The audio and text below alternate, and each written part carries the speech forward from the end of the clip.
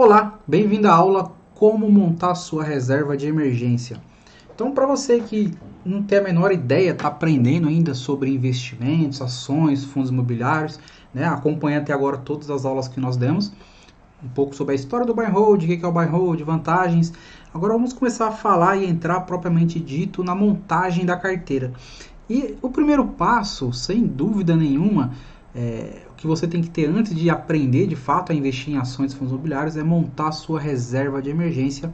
E nessa aula eu vou te mostrar como que você pode montar, para que serve, e é extremamente importante a reserva de emergência, tá? O que é e para que serve a reserva de emergência? A reserva de emergência, como o próprio nome indica, nada mais é do que aquele montante de dinheiro que precisamos ter à mão em um momento emergencial, como um acidente de carro, a perda de um emprego, alguma forma inesperada em casa ou até mesmo um falecimento inesperado. Esse recurso guardado é o que garante que a pessoa terá segurança e tranquilidade para quitar os seus débitos, sem grandes perdas de padrão de vida em momentos de maior dificuldade. Então você não vai tirar o dinheiro dos seus investimentos. A reserva de emergência ela não é um investimento, ela é uma reserva para ser utilizada em momentos de emergência. E por outro lado, os seus investimentos continuam intactos, continuam com o efeito dos juros compostos. Você não vai precisar vender, mas para não precisar vender, você tem que montar antes a sua reserva de emergência, tá? E qual deve ser o tamanho de uma reserva de emergência? Né? Isso depende muito de pessoa para pessoa e do seu padrão de vida. Na média, a conta básica é de 6 meses de despesas cobertas por esse montante. Então, um exemplo, né? Uma pessoa que tem as despesas médicas na casa de 5 mil por mês, isso significaria um total de 30 mil na reserva de emergência. Já alguém com despesas de 10 mil mensais precisaria de 60 mil guardados. No meu caso, eu tenho um ano e 2 meses ali mais ou menos de reserva de emergência guardada, né? Porque eu sou um CLT, posso ficar desempregado, mesmo que eu tenha o seguro-desemprego, mesmo que eu tenha todo o dinheiro da rescisão e tudo. Eu não confio, né? Eu não confio que eu vou conseguir arrumar um emprego e manter meu padrão de vida. Então, por isso eu montei uma reserva de emergência grande. E, no meu caso, foi mais de um ano. Tem pessoas que possuem um emprego mais estável, né? São servidores públicos, montam uma reserva de 3 a 6 meses, tá bom. Tem pessoas que precisam aumentar aí o tempo de reserva. Eu fui um caso desse. Eu acho muito mais seguro focar no longo prazo quando eu tenho um colchão de emergência ali muito já bem definido, tá? E como investir na reserva de emergência? Como é possível perceber, um dos principais requisitos para a sua reserva de emergência é a liquidez. É ter o dinheiro liquidez. Quando a gente fala a palavra liquidez, é o dinheiro disponível ali na hora. Afinal de contas, o dinheiro investido precisa ser acessado rapidamente na hora de uma urgência. Por isso, títulos de renda fixa em que o investidor deixa seu dinheiro travado por um período mais longo ou fundos de investimentos com menos liquidez acabam não sendo boas escolhas interessantes nesse caso. Reserva de emergência e renda fixa, já vamos falar disso mais para frente. Outro ponto é em relação à volatilidade da aplicação financeira, ou seja, as oscilações para cima ou para baixo que esse investimento pode sofrer. Obviamente, por ser um recurso para situações emergenciais e que podem ser sacados a qualquer momento, o investidor precisa buscar aplicações que não contêm com grande volatilidade, né? Para assim não correr o risco de ter surpresas negativas. Imagina, você precisa do dinheiro, uma emergência. Aí você vai lá e deixa a sua reserva de emergência em uma ação, por exemplo, e essa ação está passando por um momento delicado, ou um problema sistêmico, ou um problema não sistêmico, e vamos falar mais para frente disso no curso. Mas o fato é que você está com menos dinheiro do que você colocou naquele ativo, naquele ativo de renda variável, e você teve que vender no prejuízo, e às vezes não vai nem cobrir o seu gasto com a reserva de emergência, o gasto emergencial que você tem naquele momento, tá? Com isso, o investimento em ativos de renda variável, por exemplo, fica descartado para esse objetivo. Renda variável nunca se utiliza para reserva de emergência. Benefícios de você ter uma reserva de emergência. Te permite focar no longo prazo, foi o que eu falei na minha situação, por exemplo. Posso investir no longo prazo tranquilamente, uma vez que eu tenho mais de um ano de reserva de emergência. Lida melhor com imprevistos, né? Então, aconteceu um imprevisto, tranquilo, não tenho que mexer nos meus investimentos, eu tenho uma liquidez aqui já, eu tenho uma reserva de emergência com liquidez já para poder utilizar.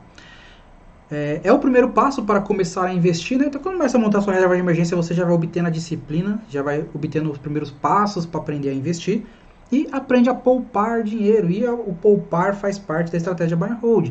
Para você aumentar os seus aportes, você tem que, consequentemente, ter menos gastos, poupar mais, tá? E aí, como você faz a sua reserva de emergência? ela tem que ter 3 requisitos: segurança, liquidez e baixa oscilação. Né? Você pode separar a aplicação da reserva no exemplo que eu citei aqui. Né? No meu exemplo eu fiz igualzinho que está aqui. Então, você pode ter 3 meses em uma conta CDI, Nubank ou até mesmo poupança. Álvaro, poupança? A poupança permite você sacar o dinheiro na hora. Né? E por mais que renda muito pouco, o objetivo não é rentabilidade, o objetivo é segurança, liquidez e baixa oscilação. A poupança atende o requisito. Algumas contas, como no Nubank, também pagam ali o 100% do CDI. O que é o CDI? A taxa de juros, né? Então, o seu dinheiro rende um pouquinho também e também tem liquidez. Algumas outras contas também tem alguns fundos de tesouro, tem alguns fundos de renda fixa que eu coloquei aqui, inclusive. E aí você coloca mais 3 meses em gastos com o Tesouro Selic ou um fundo de renda fixa, que é D+1, né? No caso, o Tesouro Selic é D+2, ou seja, você pede o resgate e vai cair na conta da corretora em 2 dias. E tem fundo de renda fixa D+1 ali, de liquidez imediata.